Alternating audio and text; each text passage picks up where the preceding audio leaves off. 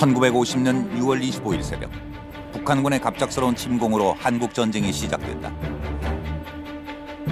48년 대한민국 건국과 함께 창설되어 두 돌도 지나지 않은 대한민국 국군은 충분한 준비 없이 전쟁을 치러내야 했다. 그러나 한국군보다 약 2배가량 많은 병력을 보유한 북한군은 무기 면에서도 월등히 국군을 능가했다.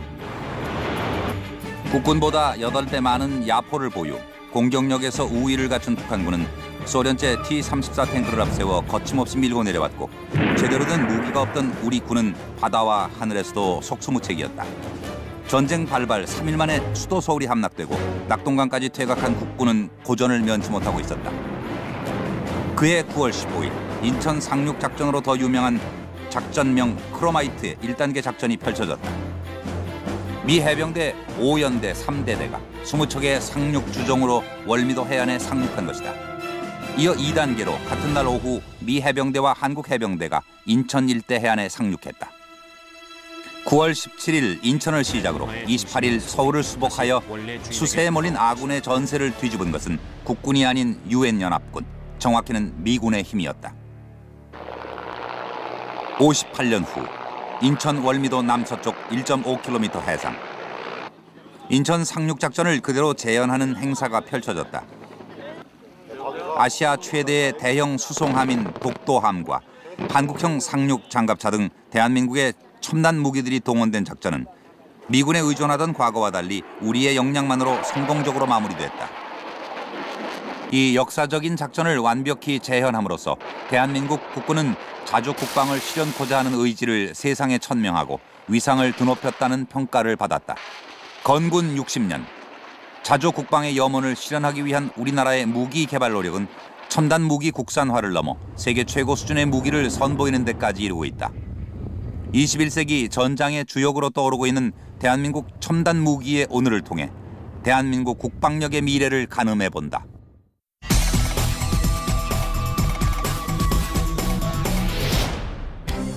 지난 2007년 미국 군사 전문지 디펜스 뉴스는 주목할 만한 사실을 보도했다.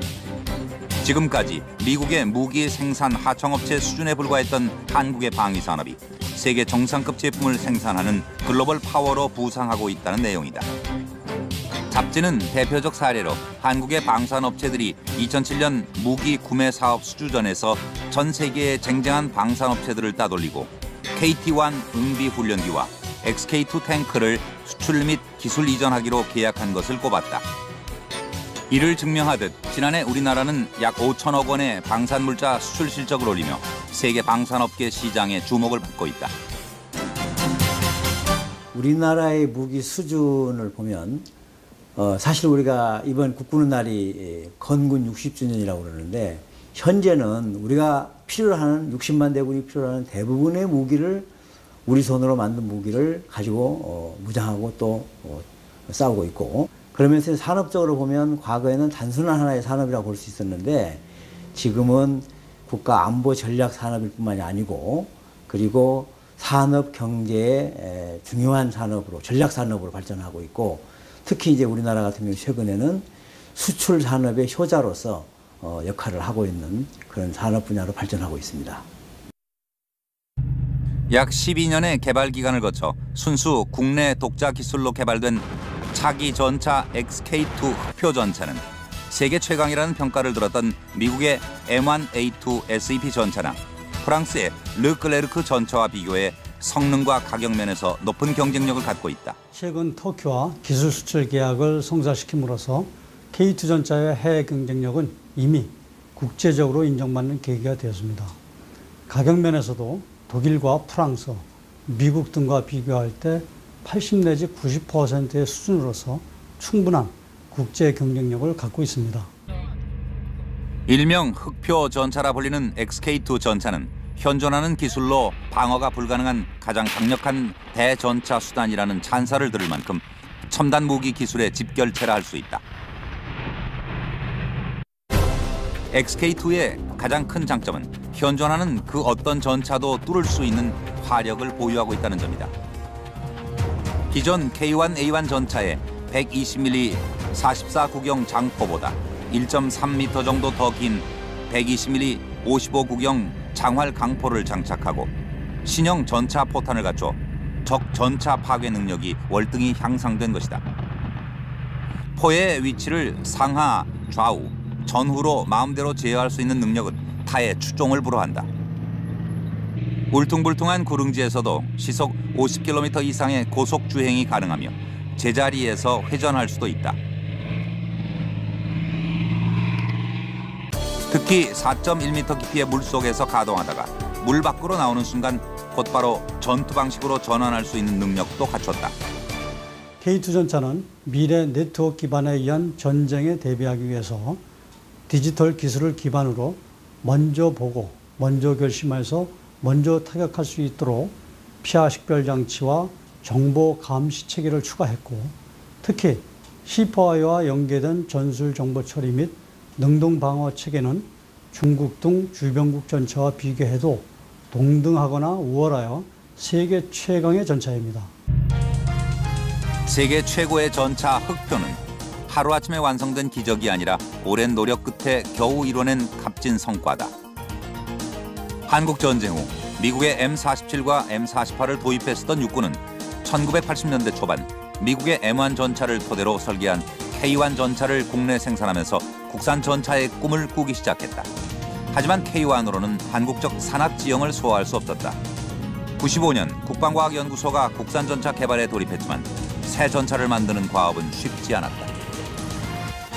K1 전차를 개발할 당시에 이제 80년대 후반 이렇게 볼 수 있는데 90년대 초 그 당시까지 우리나라가 전차를 개발하는 경험이 없기 때문에 또 기술자가 없었기 때문에 이제 외국의 기술자와 여러 가지 그 개발 시스템에 의존해서 개발을 했습니다. 그러다 보니까 그 외국의 기술자들이 우리나라의 그 지형 특성, 특히 그 산악이나 하천이나 이와 같은 지형 특성을 제대로 이해하지 못했고, 또 우리나라의 여러 가지 전술적인 환경이나 그 무기 운용 환경에 익숙하지 못해서 여러 가지 그 우리 환경과 우리 지형에 좀 미흡한 그런 전차를 개발하는 그런 어려움이 있었습니다. 갖은 노력 끝에 우리나라의 지형과 환경에 딱 맞도록 탄생한 토종 전차 XK2는 이렇게 대한민국을 넘어 세계를 향해 힘찬 전진을 하고 있다.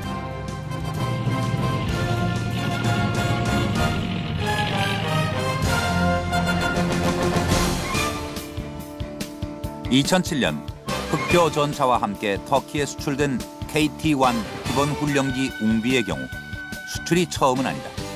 2001년 인도네시아에 10대를 수출한 데 이어 두 번째 수출길에 오른 것.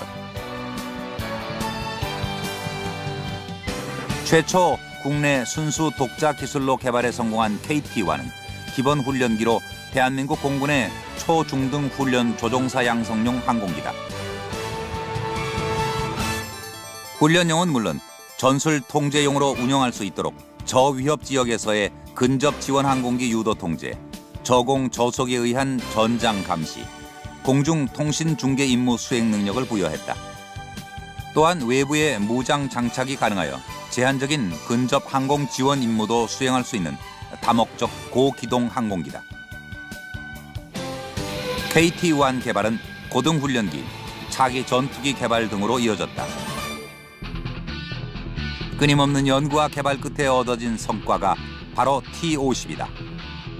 고등훈련기 T-50은 F-16에 비해 무게가 77%밖에 되지 않는 작은 몸집에 성능이 제한되기는 하지만 공격기로도 쓰이는 것이 가능하다는 강점을 갖는다.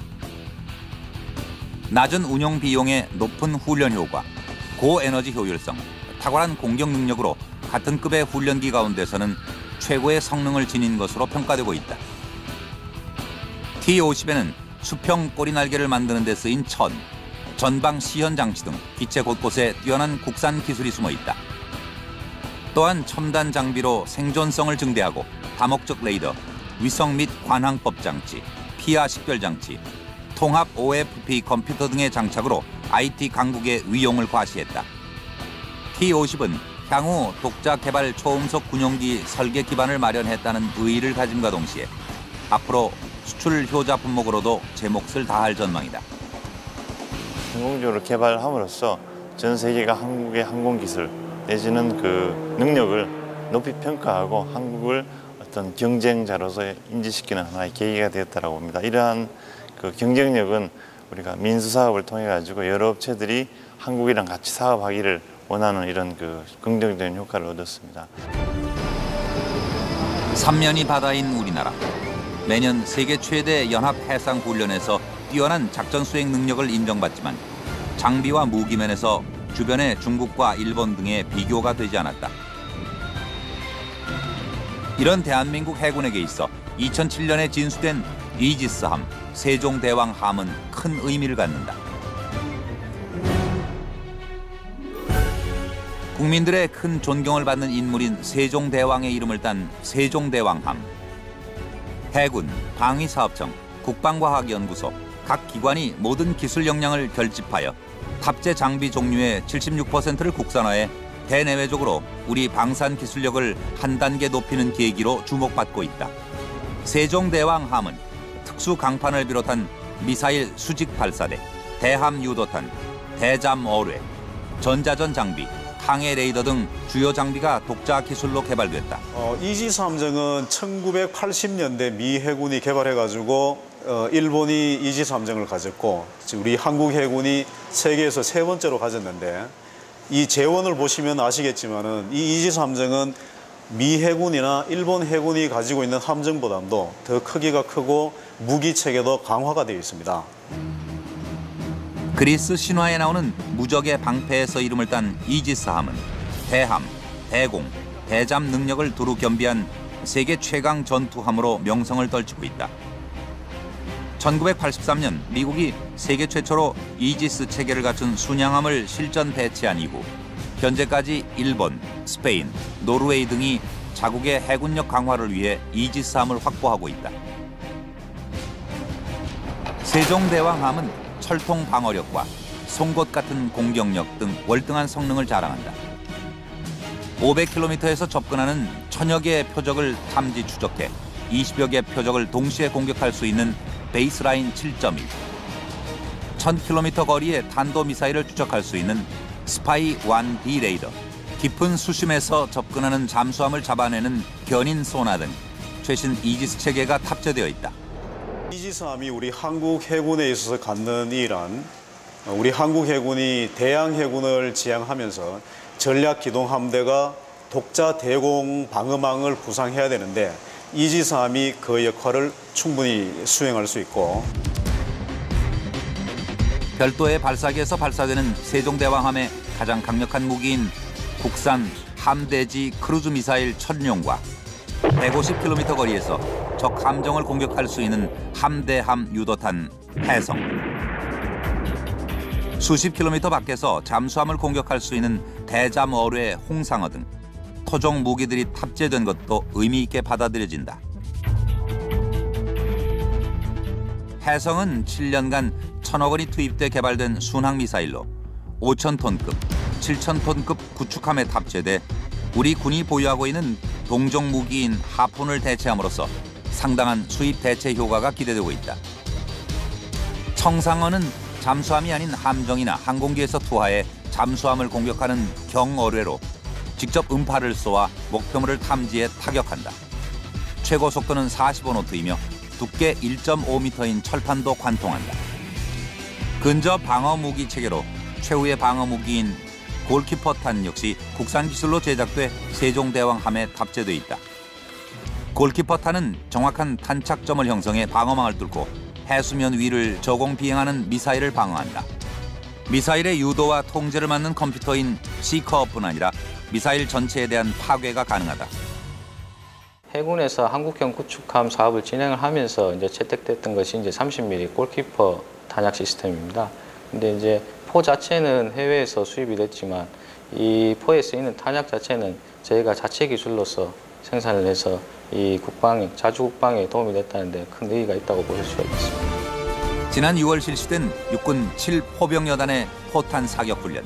강원도 철원의 문혜리 포병 사격장 일대에선 최첨단 자주포인 K9과 함께 130mm 다연장 로켓 구룡2가 불을 뿜고 있었다. 다연장 로켓 구룡의 역사는 지금으로부터 600여 년 전으로 거슬러 올라간다. 얼마 전 영화로 개봉돼 관심을 모은 로켓 추진 화살 신기전이 그것이다. 신기전은 서구 지역에선 찾아보기 힘들지만 대한민국 무기 개발 역사상 최초로 국내의 독자적 기술에 의해 탄생한 구룡의 모태로 평가될 수 있다. 발사기는 회전이 가능하며 총 36개의 포를 0.5초 간격으로 쏠 수 있는 로켓탄은 목표 지역을 중심 사방 1km의 범위에 떨어진다. 살상 범위는 축구장 1개 면적을 초토화할 수 있는 위력을 지녔다. 국내를 넘어 세계 방위산업 시장에서 높은 관심을 얻고 있는 K9 자주포 썬더. 제작사는 1000대 이상의 K55 생산 경험과 축적된 기술을 바탕으로 1999년 국방과학연구소와 함께 세계 최고 성능의 썬더를 개발해냈다. 가장 진보된 포병 무기 시스템 K9 자주포 썬더. 썬더의 가장 큰 특징은 사정거리가 길고 발사 속도가 빠르다는 것이다. 사정거리가 선진국 동급 무기에 비해 10km 긴 40km에 달해 군단급 작전 지역에서 적진의 한가운데를 타격할 수 있다. 다른 자주포가 이동 중 정차에 첫 포탄 발사까지 10분 안팎이 걸리는 데 비해 썬더는 첨단 자동 사격 통제 장치와 자동 송탄 장치를 갖춰 정차 후 1분 이내에 사격할 수 있다. 15초 내에 3발을 쏘는 급속 발사 기능도 동급 최강이다.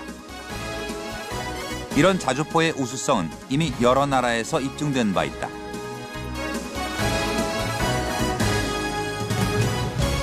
네, 99년도에 K9 자주포를 제 독자 기술로 설계를 하고 개발해서 전력화를 한 이후에 이제 해외 수출을 시행을 하고 있습니다. 그리고 터키에 자주포를 수출하는 이후에 저희 사업이 터키에서는 가장 성공적인 사업으로 인정을 받고 있고 또 거기에 또 기반으로 해서 현재 저희 나라의 다른 무기 체계가 또 수출이 확대될 수 있는 그런 기반을 구축을 또 한 바가 있습니다. K9 자주포 썬더는 전용 탄약 운반차 K10과 함께할 때 위력이 배가 된다. 국내 독자 기술로 개발된 K10 탄약 운반 장갑차는 탄약 집적소에 쌓여있는 탄약이나 트럭 위에 탄약을 적재해 사격 진지로 이동시켜 K9 자주포에 보급하는 자동화 로봇형 장비다. 특히 완전 자동화 제어 시스템은 세계 최초다. K9, K10 패키지의 위용은 우리나라가 2010년 세계 자주포 시장 1위를 점할 수 있는 충분한 동력이 되리라는 전망이다.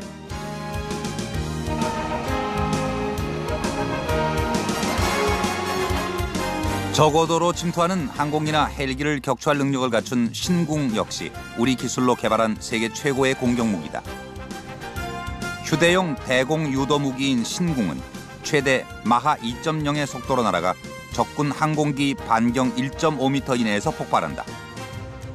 최대 사정거리 7km, 최대 고도 3.5km를 날아가는 신궁은 야간 조준기를 이용해 시야 확보가 어려운 야간에도 사용 가능하며 낮은 고도로 접근하는 헬기와 전투기를 격추시킬 수 있다.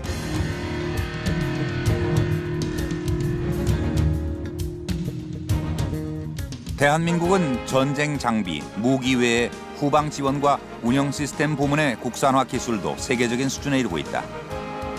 특히 창정비 부문은 세계 최강의 공군력을 보유하고 있는 미군도 인정한 높은 기술력을 자랑한다. 창정비는 배수리 작업과 개조 작업을 포함한 세부적인 주기 점검을 가리키는데 우리나라는 유압 및 전장 부분 정비에 많은 기술과 노하우를 가지고 있다. Looking at A-10 behind me, one of the reasons that the U.S. government chooses to keep a lot of their aircraft maintenance and repair within Korea and the Pacific region is because of the quality workmanship and craftsmanship that we receive from all of our Korean industry partners. 일반적으로 항공 산업의 발전 단계는 창정비, 라이센스 조립 및 부품 국산화, 독자 개발 및 국제 공동 개발 단계로 분류한다. 따라서 현재 우리나라의 높은 창정비 기술은 앞으로 공군의 전투력 향상으로 이어질 수 있을 것이다.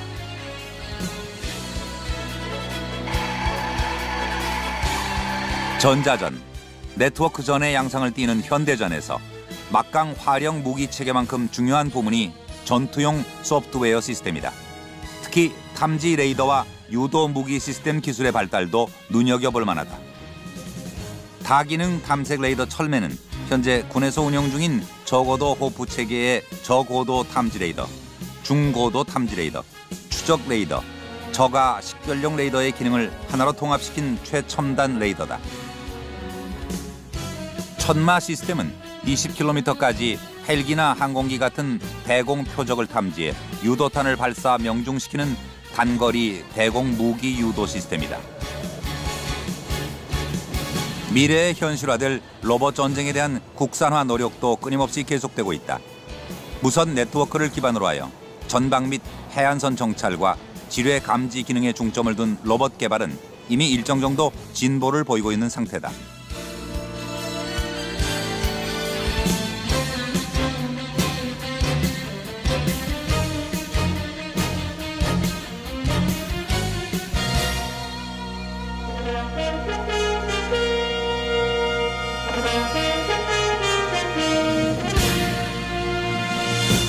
현대전에 있어 가장 중요한 것은 먼저 보고, 먼저 결심하고, 먼저 타격하는 무기 체계를 개발하는 것입니다. 우리 군도 이러한 미래전 형태에 적합한 무기를 개발하기 위해서 노력을 기울일 계획입니다. 대표적인 것이 이제 감시 전찰 분야가 있고요. 그 외에 지휘 통제, 정밀 타격, 정보 전자전, 신특수 무기 분야 등을 둘 수 있겠습니다. 우리 군의 목표는 2015년까지 국방과학기술력 세계 8위권 진입을 목표로 하고 있는데요. 현재 우리 방산무기들은 내수만으로는 한계점이 왔기 때문에 정부와 업체가 함께 수출에 온갖 힘을 쏟아야 될 상황입니다. 세계 8위권 국방과학기술을 확보한다면 우리 수출에도 큰 도움이 될 것으로 전망이 됩니다. 그래서 앞으로 이제 사람의 또 병사들의 그 목숨이 귀중하고 또 그걸 아끼는 의미에서 많은 분야를 그 사람 대신에 무인화 장비 내지 무기로 대체해가고 발전시키는 그런 추세에 있습니다. 그래서 이제 무인화 전차나 여러 무인화 장비들 그리고 특히 이제 전투기까지도 무인화 추세가 가고 있는데 그 분야에 우리나라의 많은 기술자들과 또 산업체들이 많은 연구 개발을 지금 추진하고 있고.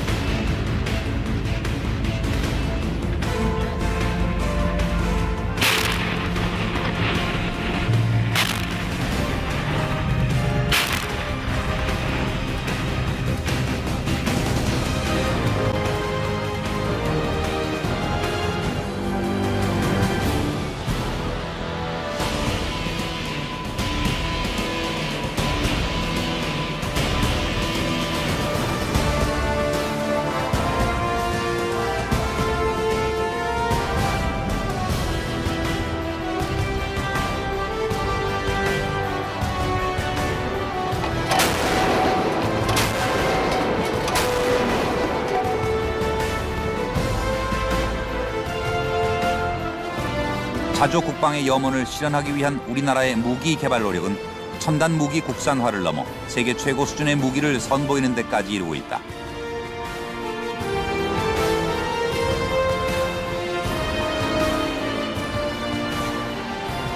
현대전에서 무기의 위력은 곧 전투력이다. 때문에 첨단 무기 개발은 전쟁을 유발하는 것이 아니라 오히려 전쟁을 억제하는 역할을 한다. 특히 대한민국은 지구상 유일한 분단 국가로 남아있다. 급변하는 안보 환경에 대응해야 하는 우리의 무기 개발 노력은 자주 국방의 꿈을 실현함은 물론 인류 평화에 이바지하는 데 일익을 담당할 것이다.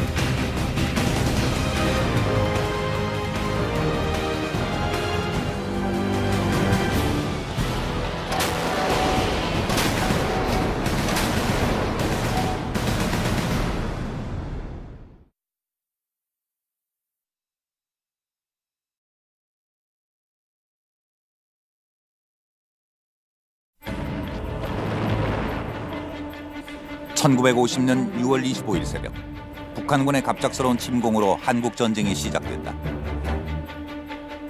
48년 대한민국 건국과 함께 창설되어 두 돌도 지나지 않은 대한민국 국군은 충분한 준비 없이 전쟁을 치러내야 했다.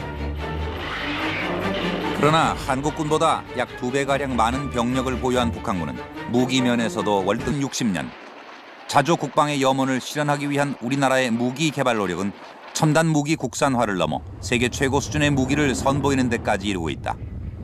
21세기 전장의 주역으로 떠오르고 있는 대한민국 첨단 무기의 오늘을 통해 대한민국 국방력의 미래를 가늠해 본다.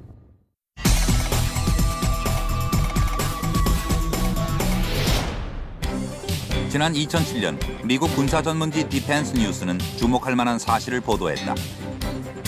국군을 능가했다. 국군보다 8배 많은 야포를 보유, 공격력에서 우위를 갖춘 북한군은 소련제 T-34 탱크를 앞세워 거침없이 밀고 내려왔고 제대로 된 무기가 없던 우리 군은 바다와 하늘에서도 속수무책이었다. 전쟁 발발 3일 만에 수도 서울이 함락되고 낙동강까지 퇴각한 국군은 고전을 면치 못하고 있었다. 그해 9월 15일 인천 상륙 작전으로 더 유명한 작전명 크로마이트 1단계 작전이 펼쳐졌다. 인천 상륙 작전을 그대로 재현하는 행사가 펼쳐졌다. 아시아 최대의 대형 수송함인 독도함과 한국형 상륙 장갑차 등 대한민국의 첨단 무기들이 동원된 작전은 미군에 의존하던 과거와 달리 우리의 역량만으로 성공적으로 마무리됐다. 이 역사적인 작전을 완벽히 재현함으로써 대한민국 국군은 자주 국방을 실현코자 하는 의지를 세상에 천명하고 위상을 드높였다는 평가를 받았다. 건군 미 해병대 5연대 3대대가 20척의 상륙 주종으로 월미도 해안에 상륙한 것이다. 이어 2단계로 같은 날 오후 미 해병대와 한국 해병대가 인천 일대 해안에 상륙했다. 9월 17일 인천을 시작으로 28일 서울을 수복하여 수세에 몰린 아군의 전세를 뒤집은 것은 국군이 아닌 유엔연합군, 정확히는 미군의 힘이었다. 58년 후 인천 월미도 남서쪽 1.5km 해상